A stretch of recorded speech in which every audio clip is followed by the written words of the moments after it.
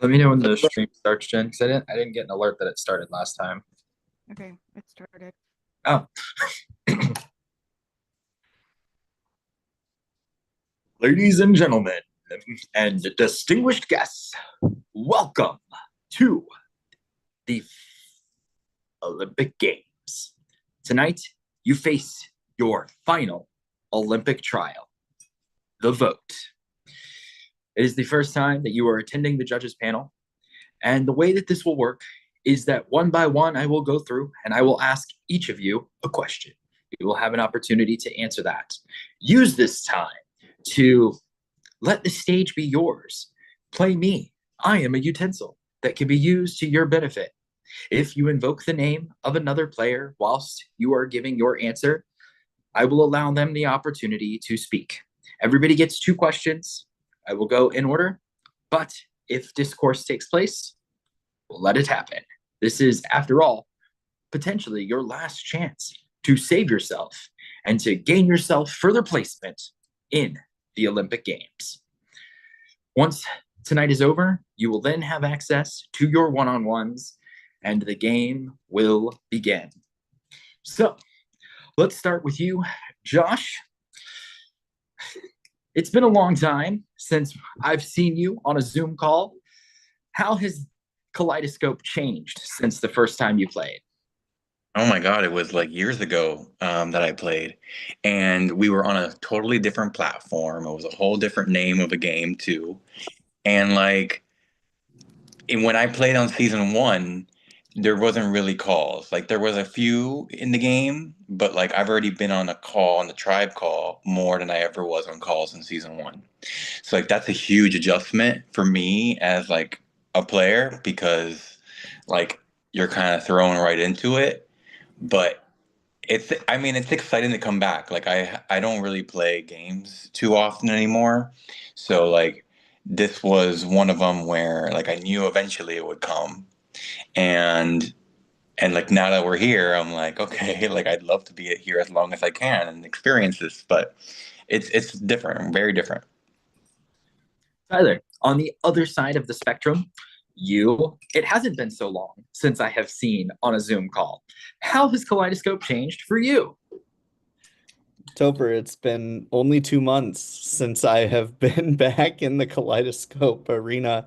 So to be in a village with a bunch of all-stars, right, is really incredible. So for me as a new person to these orgs, it's a really great testament to the game that I played in season seven, but it also allows me the opportunity to meet really 19 new people. So Ketty and Noah are the only two people that I had any kind of existing relationship with game-wise.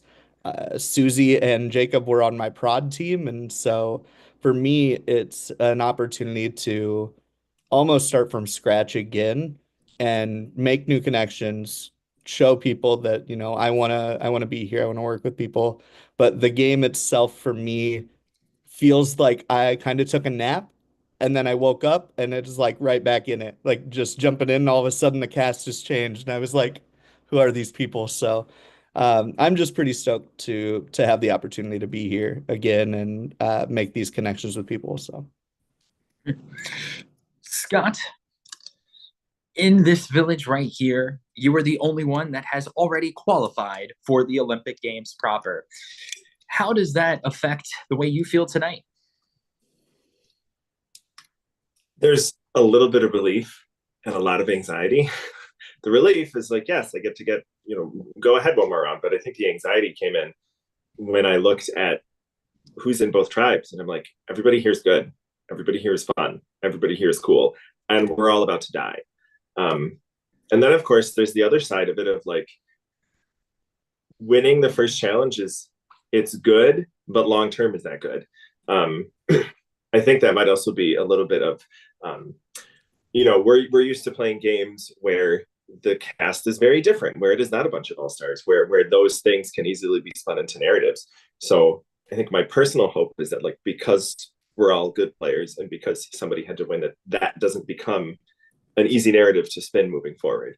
So like, yeah, comfortable now, ready for ready for whatever comes next, I hope. Alex, let's talk about narratives. How much of a narrative does each potential competitor have coming into this game? I think everyone has their own narrative from the game. I'm sure, like, if this was edited like the actual show, everyone in the game would be propped up in one way or another. I guess all just depends on how you look at it, who's telling the story, and how each person did on their previous season, and if they're looking to, change things up. Ryan, is it easy to separate past seasons from this season that we're playing right now?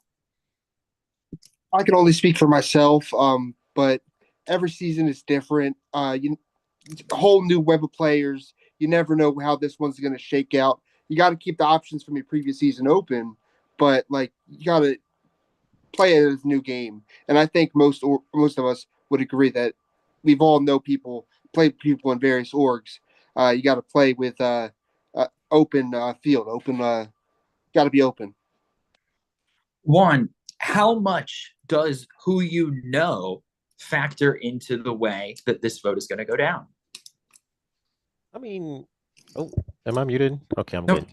good. With a game like this, it's not really, because everyone knows everybody. I mean, there might be sprinkles of people that like, oh, I don't know you, but Nick, I've probably seen you around or people talk about you, but I don't know if it like affects the vote as much because like I think like Brian said, everyone's coming in open because everyone here knows people, right? So I don't think that should factor. If it does, it don't got shit to do with me. So but it'll be an interesting thing down the line as the game goes on to look at and see how it evolves, but I don't really think it should personally. Tyler Bard, how much did this opening round twist impact the way you would have played the game?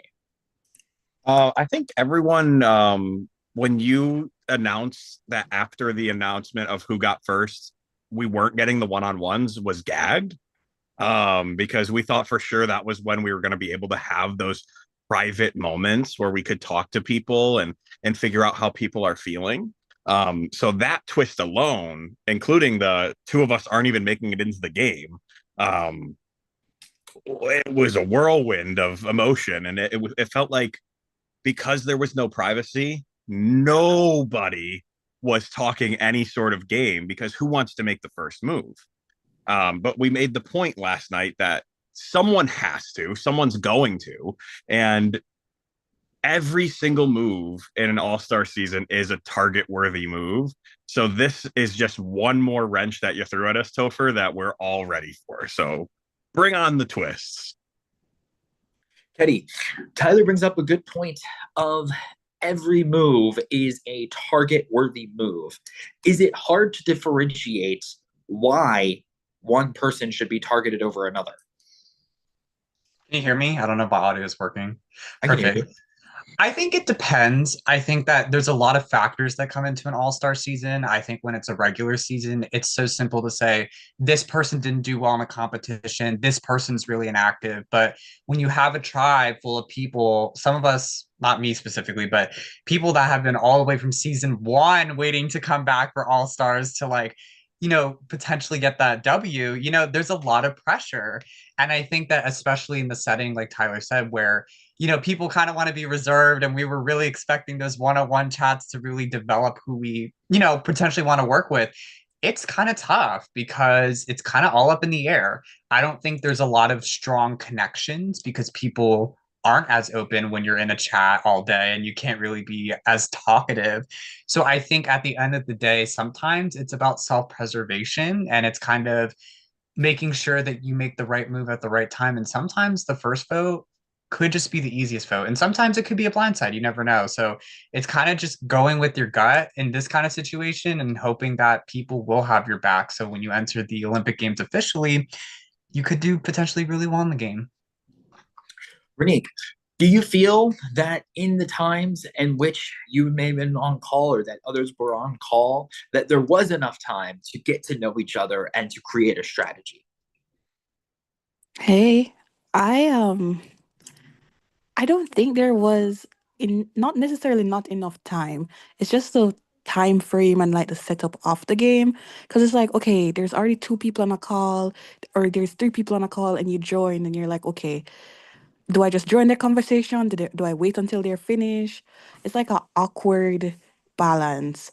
So would I say there is enough time? There is enough time. But it's just like, do you really want to talk about what you want to talk about in the sort of setup that we have? Nova, do you feel like everybody has just been waiting to start playing the game, or has the game definitely begun and it's going to spiral next round? So, in my opinion, basically every game you play, the second the casts get revealed, the game started.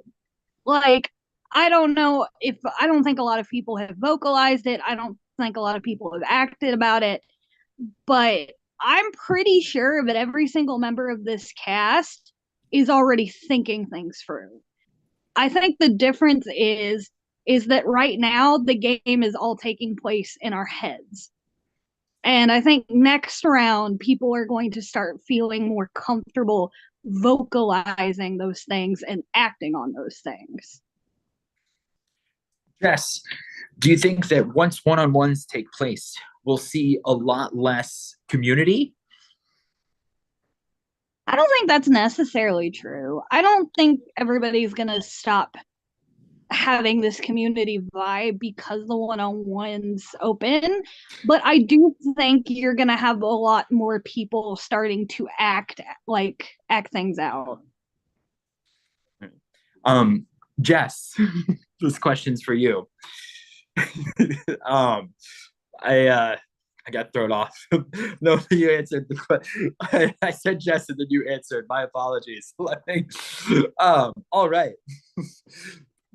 Jess, where, without having one-on-ones, where do you find the time to have the conversations that need to be had? I feel like this game has been really crazy in the sense that like you really don't have like time or a place to like be able to like have conversations like who to vote. Like we're still like kind of at that point where you want to just like get to know people and like see who you want to work with and stuff. So I feel like in a sense like you just have to do what you can to do to like survive and just hope that where you're voting is the right place. Josh, do you feel like tonight's vote is something that a lot of strategy has gone into, or is it just the first name you hear?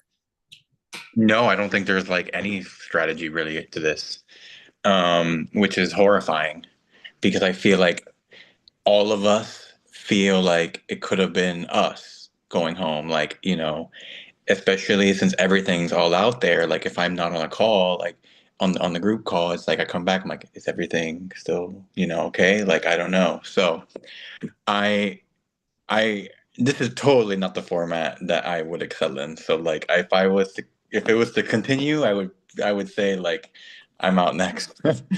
So I'm looking forward to the chance to get to connect with people, hopefully, if I make it through deeper. But no, this is like a shit, it's like a shit show, like a shot in the dark. Tyler in, what is your strategy for tonight? My strategy is to rely on the connections that I feel like I was able to make in the calls. With having different chats and video calls, like different conversations were able to happen, and I do feel like I had a good relationship with a lot of people, and so maybe someone who I didn't have the opportunity to talk to as much or feel comfortable moving forward is my kind of strategy for tonight.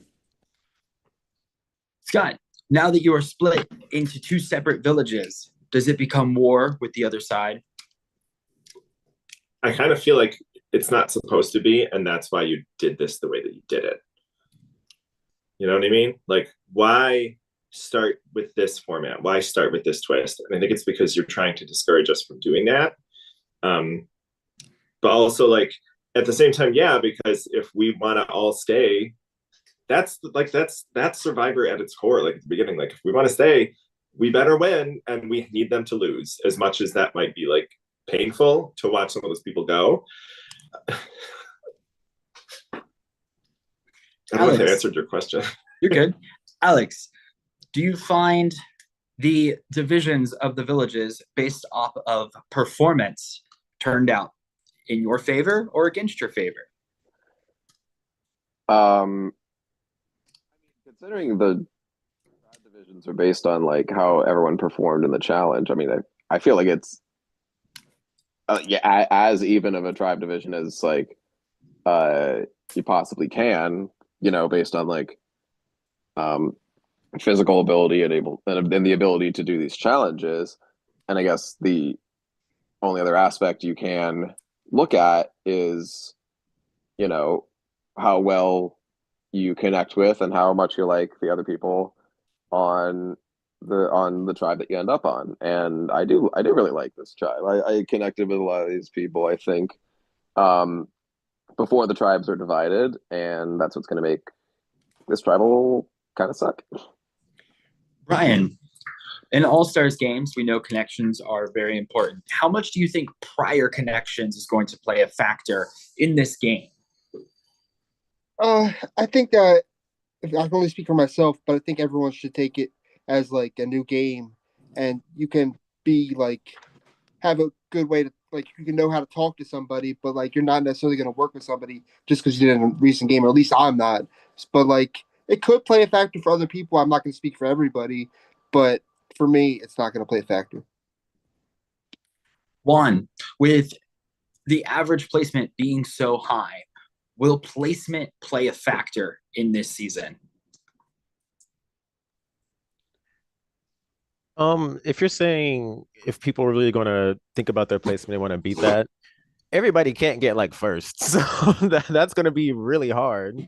So I think everyone in this game has done great, and I definitely think it's going to be something on people's minds. But you can only think about that so much when in a game like this, where the average placement. I hope you mean like in the whole game. Is that what you're talking about? Yes, like that. Okay. What you placed previously and what the total average placement is. Yeah. Will people's prior placement affect the game? It's like a 2.3 something. 2. So like, yeah, that's basically a 1 if you round down. Like the fuck, it's gonna be a factor, but come on, like that's as low as you can get. Tyler Bard, was there any, since both villages had the ability to communicate, was there any discussing with the other village as to what their result might be tonight? I think it was more just like in passing. There was a moment where all the tribes, I don't think intentionally, broke off last night. And like our tribe went to one of the rooms, their tribe went to one of the other rooms, and then there were like lingering people in either tribe. So it was like, could you like go away so we can talk as a tribe? So I really, it wasn't like anyone was asking the other tribe like who's going. But I think there was just people on our side like, oh, who do you think's gonna go on that side? It wasn't like a hey, we're calling on all the people over there to try and influence their vote. At least I didn't see any of that. Teddy, how much pressure is there tonight?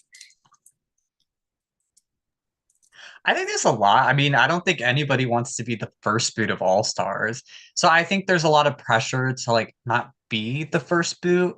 But I think this is kind of like a good setup in a sense, because it's just going to give people more motivation to like really try to play this game. So whoever survives, they can really make the most out of this experience. Renique, what is the most important factor for tonight's vote? So if I'm gonna be honest, I have no idea. I don't know what the factor is. I'm hoping that everybody like I lost my train of thought. I really don't know. Thank you.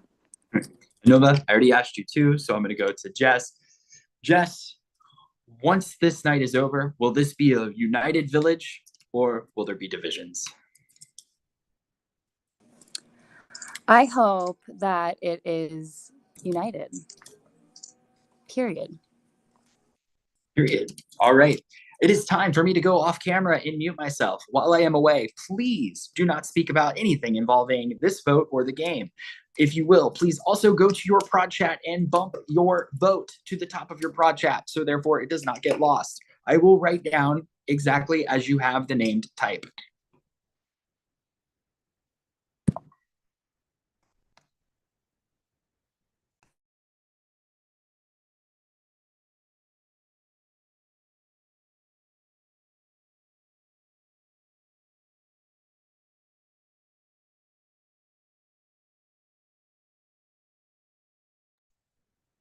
Shout out to my prod guests, Caden and Nick.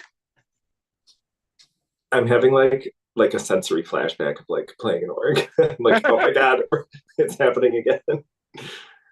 Is this what Katniss felt like in Hunger Games?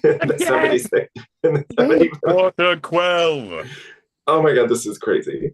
You guys have podcasts? I would love to shout out my prod guests who are so much like just hype men right now, and I love them so much. The brothers of Seb and Mike Jones. I love you both. I'm going to shout out my prod guests, Jackie from Padlock, who, if you don't know Jackie, she's amazing. And also Montes from Collective Season 4. Period. I want to shout out my progress too. Shout out to Mucus. Love you. His name's Marcus. We call him Muke.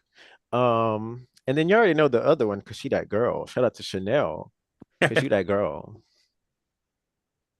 I want to shout out my prod guest, Timmy, and returning from season 5, my best friend, Catboy.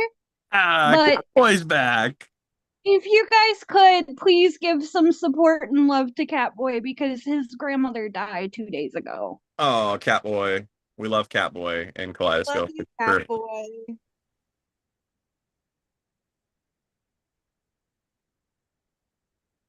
Shout out to Baby Ram. Period. Shout out to Baby Ram. Shout out my podcast, and also I had to pause it right before Council because Popular was about to play because I'm watching Wicked. So I'm really anticipating this to end so I can listen to Popular. Ball gown. Ball gown. Shout out to my prod guests, that being Jay and Lawrence, who are already making my prod chat the most chaotic thing I've ever seen. Lawrence chat. That's incredible. No, it's honestly so much fun.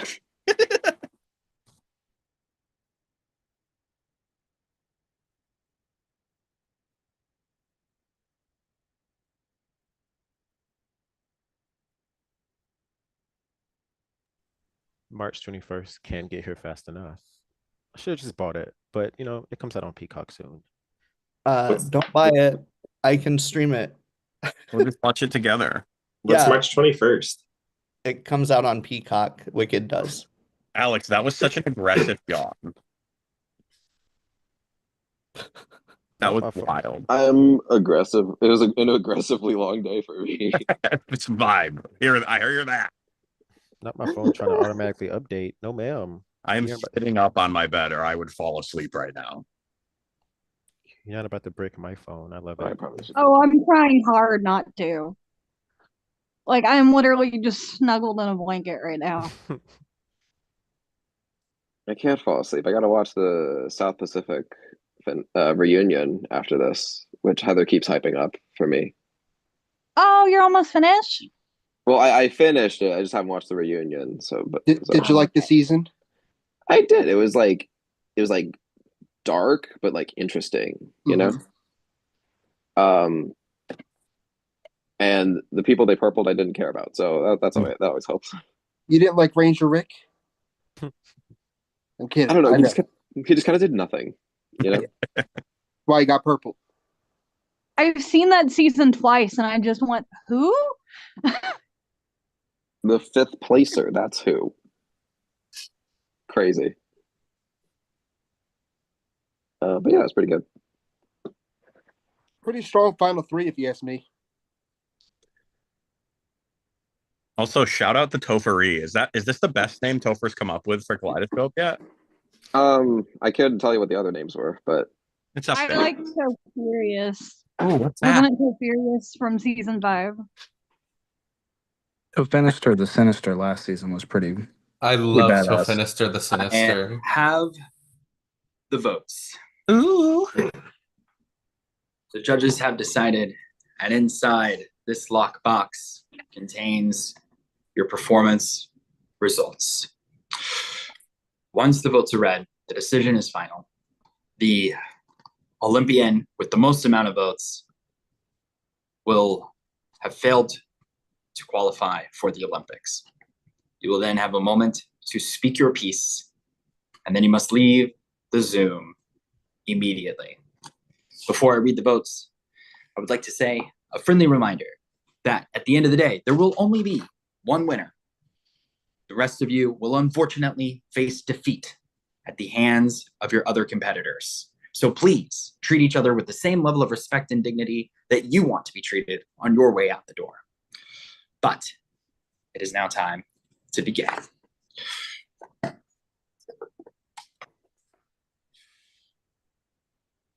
First vote.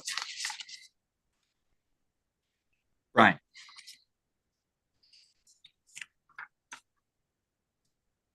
Josh. One vote Brian, one vote Josh. Teddy. Oh, is this backwards? Nope, you're good. it looks fine. One vote Brian, one vote Josh, one vote Teddy. The names looked backwards on my screen. I'm sorry. Brian. It's 2 votes Brian, 1 vote Josh, 1 vote Teddy. Brian. 3 votes Brian, 1 vote Josh, 1 vote Teddy. Brian. 4 votes Brian, 1 vote Josh, 1 vote Teddy. Brian has 5 votes Brian, 1 vote Josh, 1 vote Teddy. The first player to be bested by their fellow competitors and have failed to qualify for the Olympic Games is Brian. Brian, you may now speak your piece. First of all, thank you, Prod, for having me. To everyone I just met this game, it was nice meeting you all, and good luck to everybody. I will say just one thing about the game. I would like to know when this happened, but the 3 people that I talked to, I really thought we could work together. I had no hard feelings, but I hope y'all still do, and y'all hopefully know who you are. But anyway, thank you, Prod, everyone. Bye. Or no, you gotta say the tribe spoken, right? Or something. No, Brian, thank you. You may now leave the Zoom. Yes. All right. You have officially qualified for the Olympic Games. The games have begun. So congratulations. Pick up your torches and get ready to fight, for one of you has the chance to be crowned the ultimate gold medalist. But for now, I need you all to leave the Zoom. In about 30 minutes, you'll have access to everything you need. Oh, I was going to say, can we go talk to each other now?